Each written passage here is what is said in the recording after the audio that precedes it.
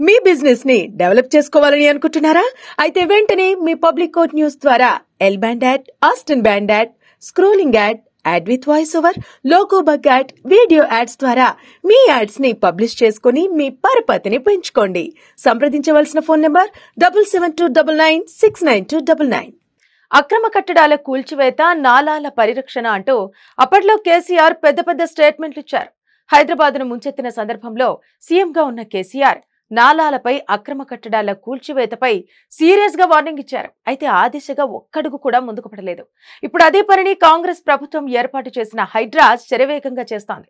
అప్పుడు తండ్రి చెప్పిన మాటలు మర్చిపోయినట్టు కేటీఆర్ సీన్లోకి వచ్చి బుల్డోజర్లకు అడ్డం పడతానంటున్నారు.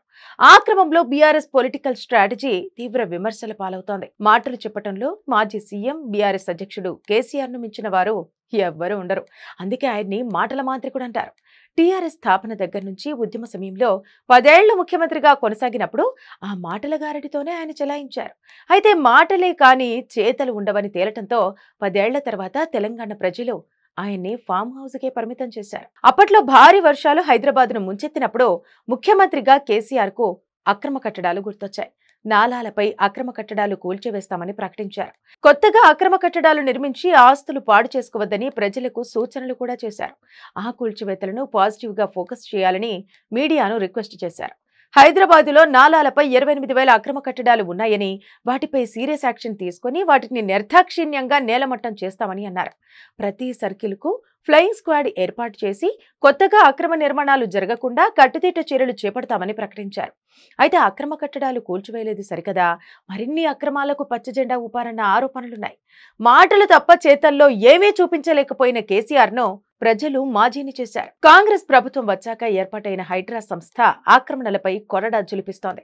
చెరువులు, నాలాలను కబ్జా చేసిన ప్రతి చోట వాలిపోయి అక్రమ కట్టడాలను నేలమట్టం చేస్తోంది.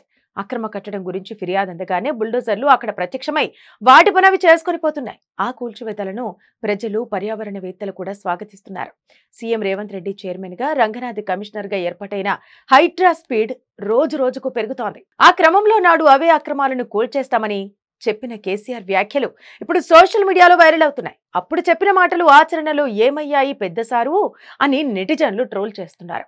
అదే సమయంలో ఇప్పుడు హైడ్రా పనితీరుపై బీఆర్ఎస్ వర్కింగ్ ప్రెసిడెంట్ కేటీఆర్ చేస్తున్న వ్యాఖ్యలపై విమర్శలు గుప్పిస్తున్నారు.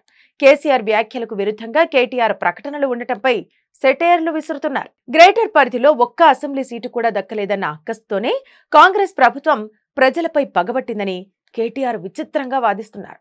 అప్పుడు తండ్రి కేసీఆర్ చెప్పిన మాటలు మర్చిపోయిన కేటీఆర్ కు ఇప్పుడు కంటోన్మెంట్ బైపోల్స్ లో తమ పార్టీ ఓడిపోయిందన్న విషయం కూడా గుర్తున్నట్టు లేదంటున్నారు. మొత్తానికి బీఆర్ఎస్ బాసులు అలా కానిచ్చేస్తున్నారు.